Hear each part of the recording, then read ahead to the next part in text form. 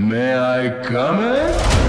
तो अगर मैं तुमसे पूछूं कि जब तुम क्लास में या किसी फंक्शन में एंटर करते हो तो लोग सबसे पहले तुम्हारी किस चीज को नोटिस करते हैं, तो शायद तुम सोचो फेस, कपड़े या सूट। लेकिन अगर मुझसे पूछो तो मैं कहूंगा वो होती है तुम्हारी वॉकिंग स्टाइल। हाँ, हो सकता है कि लोग तुम्हारे फेस, कपड़े या सूट भी नोटिस कर लें, लेकिन जो सबसे ज्यादा इम्पैक्टफुल चीज होती है वो है तुम्हारे चलने का तरीका, कि तुम कैसे चलते हो। और तुम्हें ये सुनकर हैरानी होगी कि 90% लोग गलत तरीके से चलते हैं, स्पेशली इंडिया में। और अगर तुम्हें इसका प्रूफ चाहिए तो एक काम करो, घर से बाहर निकलो और कहीं भी, चाहे वो बस स्टॉप, पार्क या स्कूल के बाहर खड़े हो जाओ, फिर एक एक करके लोगों की वॉक ऑब्जर्व करो। और ट्रस्ट मी, तुमसे हंसी नहीं रुकेगी कि इंडिया में लोग किस किस तरह चलते हैं। बट लिसन, ये जोक नहीं है, ये एक सीरियस रियलिटी है। तुम्हारी वॉक, तुम्हारा एंट्री, तुम्हारा पहला इंप्रेशन होता है, तो इसे फिक्स करना सबसे ज्यादा इंपॉर्टेंट है। और मैं ये वीडियो ऐसे ही नहीं बना रहा, इस वीडियो से पहले मैंने खुद अपने आसपास के लोगों की वॉक को ऑब्जर्व किया, एनालाइज किया। और सिर्फ ऑब्जर्वेशन नहीं, मैंने इस टॉपिक पे 10 से भी ज्यादा वीडियोस देखे, रिसर्च किया,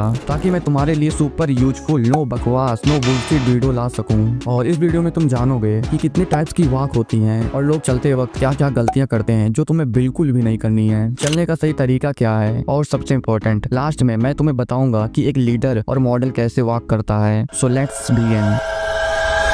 ये इंडिया है और यहाँ हर गली, हर सिटी में तुम्हें अलग अलग कैरेक्टर्स मिलेंगे। तुम किस गली से आते हो ये मैटर नहीं करता, लेकिन तुम उस गली से कैसे चलते हो या कैसे गुजरते हो ये तुम्हारा लेवल जरूर डिफाइन करता है। और हर इंसान की एक अलग चाल होती है, किसी की वॉक कॉन्फिडेंट होती है, किसी की वॉक एटीट्यूड से भरी होती है, तो किसी को देखकर लगता है जैसे अभी हॉस्पिटल से आ रहा हो, तो किसी की वॉक देखकर लगता है कि जिम से आ रहे हैं। लेकिन एक बात याद रखना, वॉक भी एक पर्सनालिटी ट्रेट होती है, और जैसे पर्सनालिटी के टाइप्स होते हैं वैसे ही वॉक के भी टाइप्स होते हैं। अब अगर तुम सोच रहे हो कि कौन से टाइप्स, तो रुक जाओ, हम उस पार्ट में पहुंचेंगे। लेकिन सबसे ज्यादा जो फेमस वॉक है वो दो नाम तुमने जरूर सुने होंगे। पहला है रैंप वॉक, जो मोस्टली मेल मॉडल्स करते हैं। दूसरा है कैट वॉक, जो फीमेल मॉडल्स का सिग्नेचर स्टाइल होता है। इन दोनों को हम वीडियो के एंड में डिटेल्स में डिस्कस करेंगे विथ एग्जाम्पल्स। बट उससे पहले जानते हैं कि लोग चलते वक्त क्या क्या मिस्टेक्स करते हैं जो तुम्हें बिल्कुल नहीं करनी है, खासकर आखिरी के दो mistakes. Mistake number 1, Charlie Chaplin walk. Okay, तो मैं जब अपने आसपास के लोगों की वॉक को ऑब्जर्व कर रहा था तो मैंने जो सबसे ज्यादा कॉमन मिस्टेक देखी वो ये थी।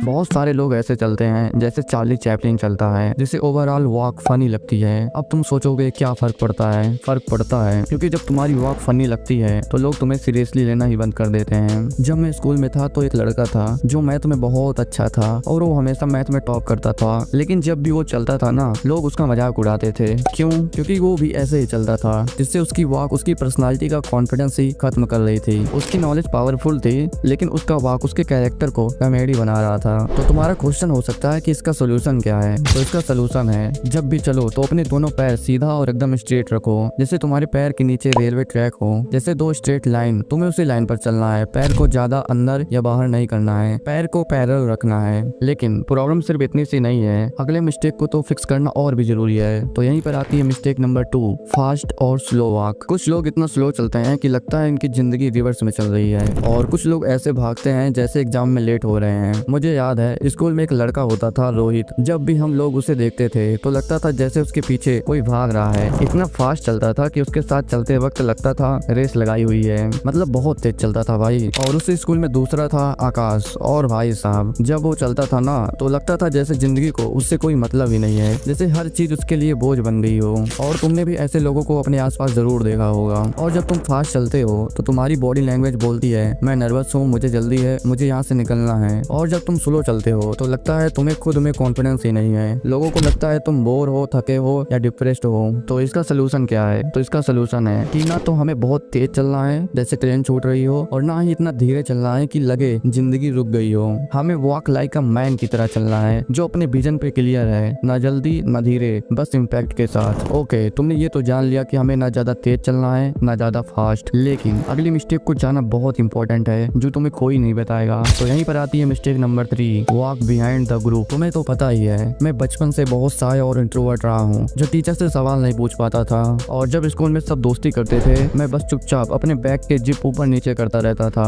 और जब भी स्कूल में लंच ब्रेक होता या ग्रुप एक्टिविटी होती, सब बच्चे एक साथ हंसते खेलते आगे चलते और मैं हमेशा उनके पीछे चलता था। क्यों? क्योंकि मेरे स्कूल में लड़के लड़कियां सभी पढ़ती थी और जब लंच ब्रेक होता था तो मैं अपने क्लास के ग्रुप के साथ चलता था पीछे। क्यों? क्योंकि मुझे लोगों का जब भी अटेंशन मिलता था तो मैं अनकंफर्टेबल फील करने लगता था, इसलिए मैं कभी अकेला नहीं चलता था क्योंकि सभी लोग देखते थे, जिससे मुझे बहुत बहुत अनकंफर्टेबल फील होता था। लेकिन तुम्हें ये गलती नहीं करनी है। मान लो अगर तुम किसी ग्रुप में हो, चाहे दोस्तों के साथ स्कूल में या किसी इवेंट में या रोड पर वॉक कर रहे हो, तो हमेशा याद रखना ग्रुप के बीच में चलो, न ज्यादा आगे न ज्यादा पीछे, बीच में जहाँ तुम विजिबल हो, जहाँ तुम्हारी प्रेजेंस मैटर करती है। और अगर तुमने पीकी ब्लाइंडर्स देखा है ना, तो तुम्हें थॉमस शेल्बी याद होगा। वो कभी भी ग्रुप के कोने में नहीं चलता, हमेशा ग्रुप के बीच में चलता है। क्यों? क्योंकि जब कोई बीच में चलता है तो सबसे पहले नजर उसी पर पड़ती है, लीडरशिप वहीं से शुरू होती है। लोग उसके वॉक को फील करते हैं, उसकी प्रेजेंस को नोटिस करते हैं और बिना कुछ बोले भी उसका ऑरा सब पे भारी पड़ता है। इसीलिए तो जितने भी परफॉर्मेंस होता है उसमें मेन कैरेक्टर को हमेशा बीच में रखा जाता है। तो याद रखना, जब तुम ग्रुप के बीच में चलते हो तो तुम कह रहे होते हो मैं फॉलोअर्स नहीं लीडर बनने आया हूँ। ओके, मैं तुम्हें याद दिला दूं कि लास्ट की 2 मिस्टेक बहुत इंपॉर्टेंट है, तो उसे मिस मत करना।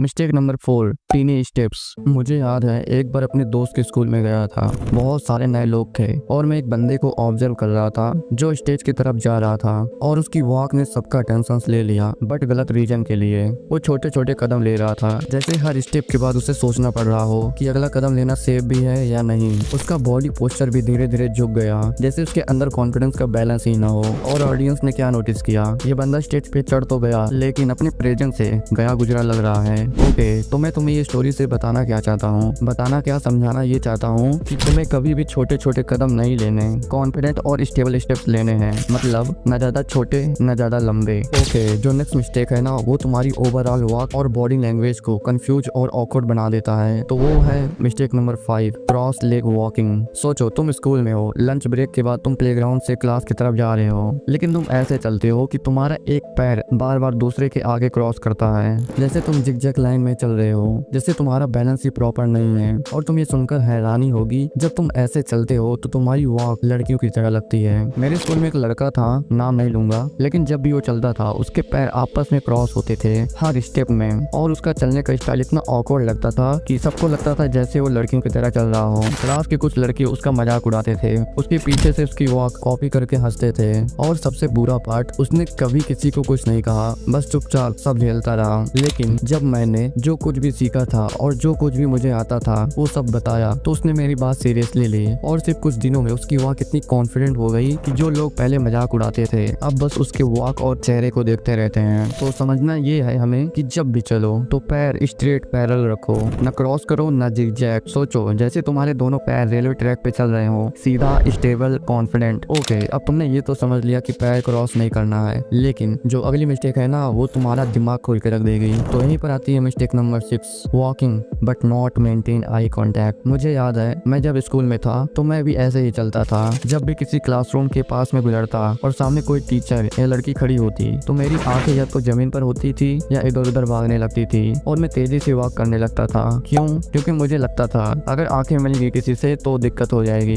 बट वो स्कूल टाइम था, तब सोशल फियर और ओवर थिंकिंग नॉर्मल थी। लेकिन अब मैं बड़ा हो गया हूँ, कॉलेज में आ गया हूँ, पर अब भी जब मैं रोड पर या साइकिल से जा रहा होता हूँ और सामने कोई लड़की या बड़े उम्र के लोग मिल जाते हैं तो मेरे अंदर फिर से वही नर्वसनेस आ जाती है। एक छोटी सी आंख मिलाना भी अनकंफर्टेबल फील करवाता है और आई कांटेक्ट कॉन्फिडेंस की पहली चाबी है। बट अब तुम्हें ये मिस्टेक नहीं करनी है। क्यों? क्योंकि आंखों का कांटेक्ट ही तुम्हारा सबसे बड़ा कॉन्फिडेंस सिग्नल होता है। अगर तुम सिर्फ 2 सेकंड के लिए भी सीधा काम और रिलैक्स आई कांटेक्ट बनाते हो तो लोग ऑटोमेटिकली सोचने लगते हैं ये बंदा श्योर है अपने प्रेजेंस को लेके, ये बंदा कॉन्फिडेंट है। तो क्या करो, चलते वक्त सर थोड़ा सा ऊपर रखो, नजरें नेचुरल या फ्रंट डायरेक्शन में। अगर किसी से आई कांटेक्ट हो जाए तो हल्की सी जेंटल स्माइल दे दो, बस इतना सा एक्ट तुम्हें सबसे अलग बना देता है। ओके, तो ये थी कुछ बेसिक मिस्टेक जो तुम्हें चलते वक्त बिल्कुल नहीं करनी है। और अब बात करते हैं कि चलने का सही तरीका क्या है। ओके, तो चलने का सही तरीका क्या है? सिंपल है, शोल्डर बैक रखो, हाथ पॉकेट से बाहर, आई कांटेक्ट रखो,